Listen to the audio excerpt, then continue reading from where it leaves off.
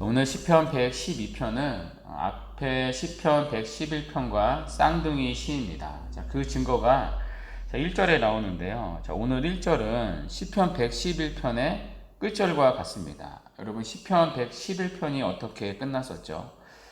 여호와를 경외함이 지혜의 근본이라 그의 계명을 지키는 자는 다 훌륭한 지각을 가진 자이니 여호와를 찬양함이 영원히 계속되리로다. 자, 그런데 이 시편 112편이 이 구절을 그대로 받습니다. 할렐루야, 여호와를 경외하며 그의 계명을 즐거워하는 자는 복이 있도다. 자, 그래서 학자들은 이 시편 111편과 112편을 쌍둥이 시라고 부릅니다. 시편 111편은 여호와를 경외하고 그의 계명을 지키라는 말로 시가 끝났습니다. 오늘 시편은 여호와를 경외하고 그의 계명을 지키는 자가 받는 복이 나옵니다. 그러니까 시가 이어지고 있는 거죠. 자, 그러면 하나님을 경외하고 그의 계명을 지키는 자가 받는 복은 무엇인가? 자, 오늘 본문에 보시면 시인은 두 가지 복을 말합니다. 첫 번째는 눈에 보이는 가시적인 복입니다. 그러니까 물질적인 복이겠고요. 자, 그 복이 2절부터 3절까지 나옵니다. 자, 두 번째 복은 눈에 보이지 않는 비가치적인 복입니다. 그러니까 영적인 복이죠. 자, 그 복이 4절부터 10절까지 나옵니다. 자, 먼저 눈에 보이는 복인데요.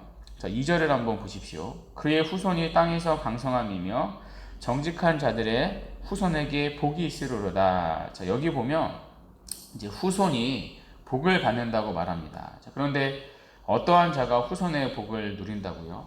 여호와 하나님을 경외하고 그의 계명을 즐거워하는 자입니다.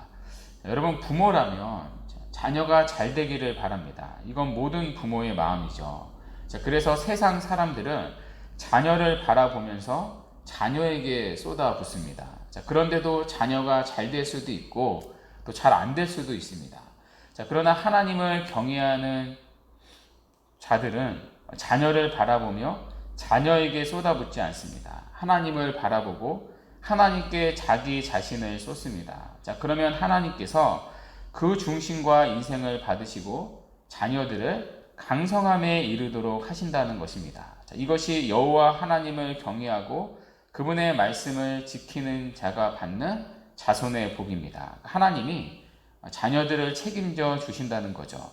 여러분, 우리 자녀들도 사실은 다 보고 있습니다. 우리 부모가 어디를 바라보고 살고 있는가? 부모는 무엇을 경외하며 살고 있는가? 사실 자녀들도 다 보고 있습니다. 부모가 하나님을 경외할 때 사실 자녀가 그걸 보고 자라게 되는 거죠. 그리고 부모가 하나님을 바라보고 하나님을 경외하며 살아갈 때, 그분의 말씀을 지키며 살아갈 때 하나님이 우리 자녀를 바라보시고 복을 주십니다. 이것이 하나님을 경외하고 그의 계명을 지키는 자가 받는 자손의 복입니다. 자, 이어서 3절을 한번 보십시오. 자, 부와 재물이 그의 집에 있으며 그의 공의가 영구히 서 있으리로다. 그러니까 부와 재물의 복인데요. 여러분, 사실 부와 재물이 이제 복일 수도 있고 아닐 수도 있습니다.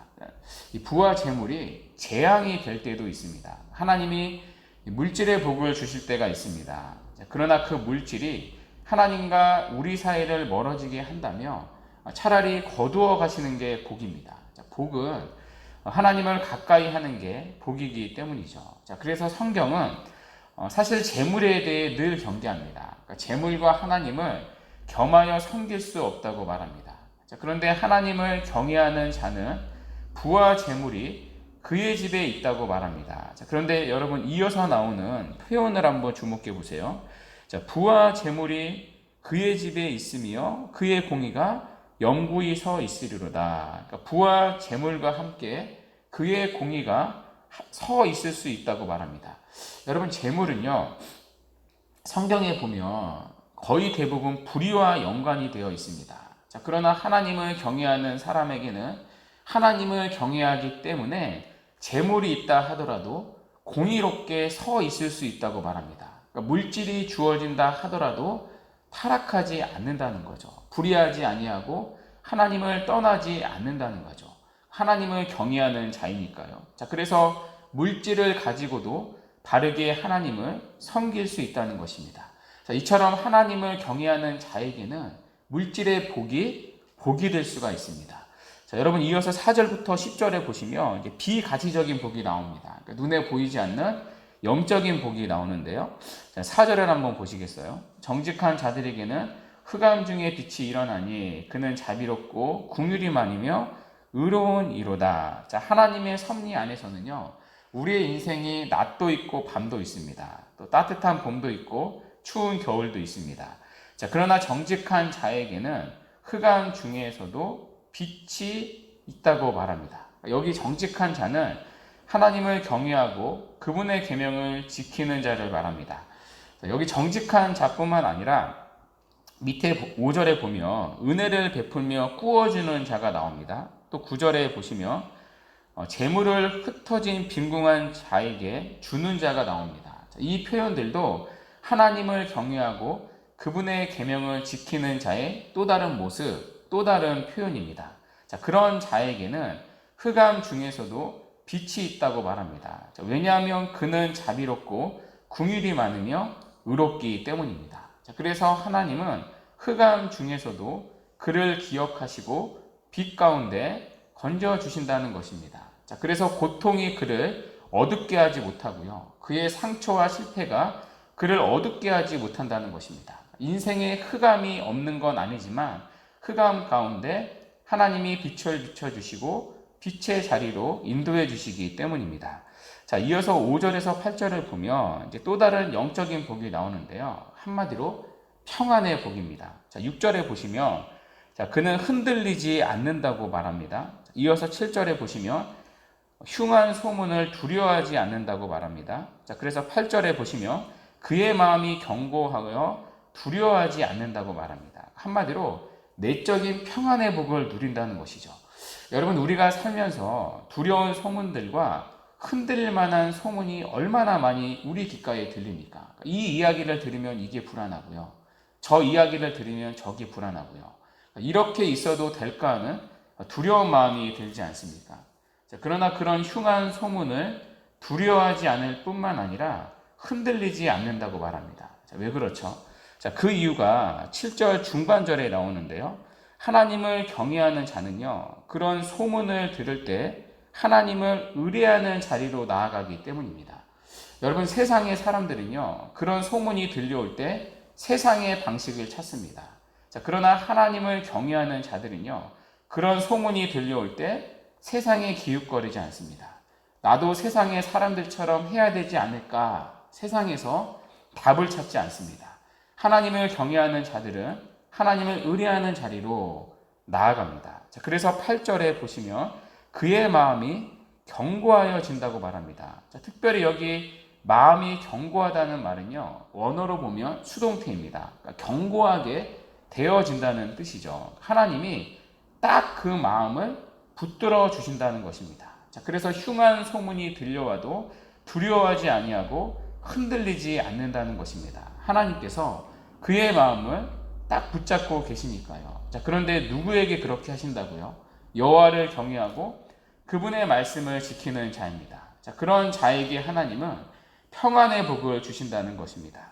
자, 마지막으로 9절과 10절을 한번 보십시오. 자, 이 9절과 10절은요, 영적인 복이긴 한데 종말론적인 복입니다. 그러니까 궁극적으로는 종말에 일어날 복입니다. 자, 9절 한번 보실까요? 그가 재물을 흩어 빈궁한 자들에게 주었으니 그의 의가 영구히 있고 그의 뿔이 영광 중에 들리리로다. 자, 이 복은요, 종말에 일어날 궁극적인 복입니다. 한마디로 높아지는 복입니다. 여러분, 모든 인생은요, 스스로 높아지기를 원합니다. 그렇죠. 계속해서 높아지고 싶어 합니다. 여러분, 그 대표적인 예가 창세기에 나오는 바벨탑 사건 아닙니까? 하나님 없이도 하나님만큼 높아지기를 원하는 게 모든 인간의 모습입니다. 자, 그러나 하나님은 그들을 흩어버리시고 낮추어 버리십니다. 자, 그런데 하나님을 경외하는 자에게 주시는 복이 무엇이죠? 그의 의가 영구히 있고 그의 뿔이 영광 중에 들리리로다. 그러니까 스스로 높이는 인생이 아니라 하나님이 높이는 인생이 된다는 것입니다. 자, 특별히 영광 중에, 그러니까 종말의 날에, 심판의 날에 하나님이 우리를 높이신다는 것입니다. 자, 그러나 여러분 반대로 악인들은 어떻습니까? 10절에 보시면 악인은 이를 보고 한탄하여 이를 갈면서 소멸되리니 악인들의 욕망은 사라지리로다. 자, 여기서 악인은요, 단순히 나쁜 짓 하는 사람이 아니죠. 자, 하나님 없이 스스로를 높이며 살았던 이 땅의 인생들을 말합니다. 자, 그런 악인들은 어떻게 된대요? 자, 여기 보면 반복되는 표현들이 있죠. 소멸되리니 사라지로다. 한마디로 악인들은 멸망한다는 것입니다. 하나님 없이 스스로를 높이며 살았지만 결국에는 소멸될 만큼 낮아진다는 것입니다. 자, 이렇게 해서 우리가 시편 112편을 살펴봤는데요. 자, 시편 112편은 하나님을 경외하고 그분의 말씀을 지키는 자가 받는 복이 나옵니다. 자, 두 가지 복이 나왔었죠. 눈에 보이는 물질적인 복과 눈에 보이지 않는 영적인 복이 나옵니다. 자, 그런데 여러분, 이 구절을 다시 한번 보십시오. 자, 물질적인 복은요, 2절과 3절 두 절로 되어 있습니다. 자, 그러나 영적인 복은 몇 절로 되어 있죠? 4절부터 10절까지로 되어 있습니다. 그러니까 압도적으로 영적인 복이 차지하는 비율이 높습니다. 자, 그러니까 이 구절을 통해 시인이 말하고 있는 거죠. 그러니까 진정한 복은 눈에 보이는 가시적인 복이 아니라 눈에 보이지 않는 영적인 복이라는 것입니다.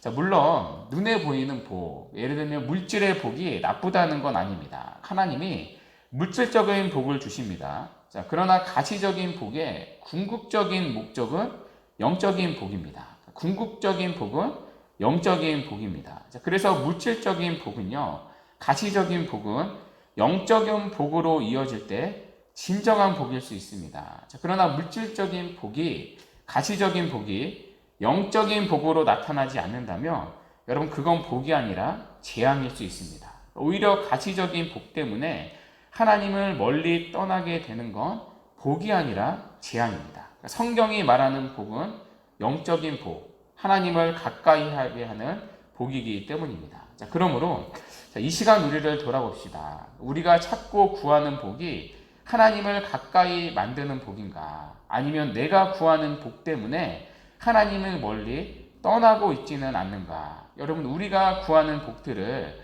돌아보시기 바랍니다. 저는 개인적으로 여러분들이 오늘 이 시편의 복들을 누리길 바랍니다. 자, 그러나 이런 복들이 정말 여러분들에게 복이 되기를 바랍니다. 자, 그렇다면 마지막으로 이 복을 복으로 누리기 위해서는 어떻게 해야 하는가?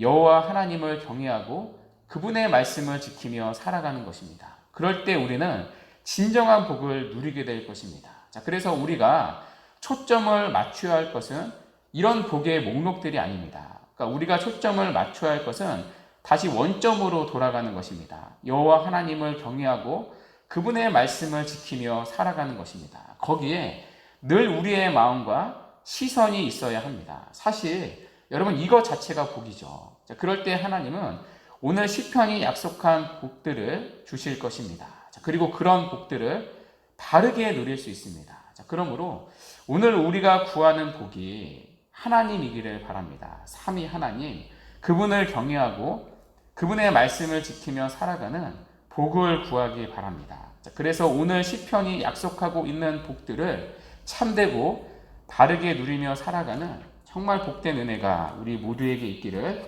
간절히 바랍니다. 아멘. 이 시간 우리 말씀